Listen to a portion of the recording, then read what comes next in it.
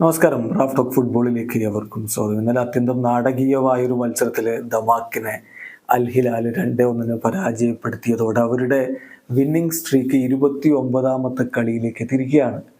ഒരു വിഭാഗം പറയുന്നത് ഇത് വേൾഡ് റെക്കോർഡാണ്. 29 കളികളൊന്നും ആരും കൺസിക്യൂട്ടീവായിട്ട് വിജയിച്ചിട്ടില്ല എന്നാണ്. അതേസമയം IFFHS ഇന്നലെ പുറത്തുവിട്ട കണക്കനുസരിച്ച് 31 മത്സരങ്ങൾ തുടർച്ചയായി വിജയിച്ച ഒരു ടീമുമുണ്ട്.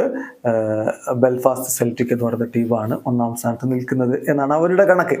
സംഗതി എന്തായാലും ഈ മോഡേൺ എറയിലെ 29 മത്സരങ്ങളൊന്നും ആരും തുടർച്ചയായി വിജയിച്ചിട്ടില്ല എന്നതൊരു യാഥാർത്ഥ്യമാണ്. 29 കളികൾ ഹോർഗെ ഹീസസിന്റെ കീഴിൽ അൽ ഹിലാൽ വിജയിച്ചതിൻ്റെ കൃത്യമായ ഒരു കണക്കുകളിലേക്ക് നമ്മൾ പോയാൽ 29 മത്സരങ്ങൾ, 29 വിജയങ്ങൾ, 100% സക്സസ് റേറ്റ്, 83 ഗോളുകൾ അവർ അടിച്ചു കയറ്റിയപ്പോൾ 9 ഗോളുകൾ മാത്രമാണ് അവർ തിരികെ വാങ്ങിയത്. ഓരോ ഗോൾ അടിക്കാനും അവർ എടുക്കുന്ന ഷോട്ടുകൾ 5.9 shots to score a goal എന്നുള്ളതാണ്. അതായത് ഓരോ 6 ഷോട്ടിലും ഒരു ഗോൾ എന്ന രൂപത്തിൽ അവരുടെ താരങ്ങൾ സ്കോർ ചെയ്തുകൊണ്ടിരിക്കുന്നു. 24 അല്ലെങ്കിൽ 24.8 ഷോട്ടുകൾ വരുമ്പോൾ മാത്രമാണ് ഒരു ഗോൾ അവർ കൺസീഡ് ചെയ്യുന്നത്. ആ ഒരു വ്യത്യാസം നോക്കുക.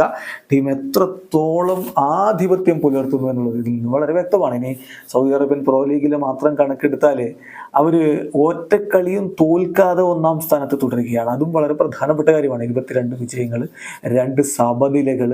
അവർ 1ാം സ്ഥാനത്ത് തുടരുമ്പോൾ രണ്ടാമതുള്ള അൽ നസറിന് അവരെക്കാൾ 12 പോയിന്റ് കുറവാണ്. ഓൾറെഡി അവർ AFC ചാമ്പ്യൻസ് ലീഗിൻ്റെ സെമിഫൈനലിലേക്ക് കടന്നു പോയിട്ടുമുണ്ട്. അൽ ഹിലാലിനെ വെല്ലാൻ ഏഷ്യയിൽ മറ്റൊരു ടീമില്ല എന്നുള്ളതാണ് ഇപ്പോൾ ഇതുവരെ വ്യക്തമായിക്കൊണ്ടിരിക്കുന്നത്. ബാക്കി കാര്യങ്ങൾ കണ്ടറിയണം. വീഡിയോ അവസാനിക്കുന്ന ഫുട്ബോൾ ലോകത്തെ കൂടുതൽ വിശേഷങ്ങളുമായി റാഫ് ടോക്സ് എത്താം.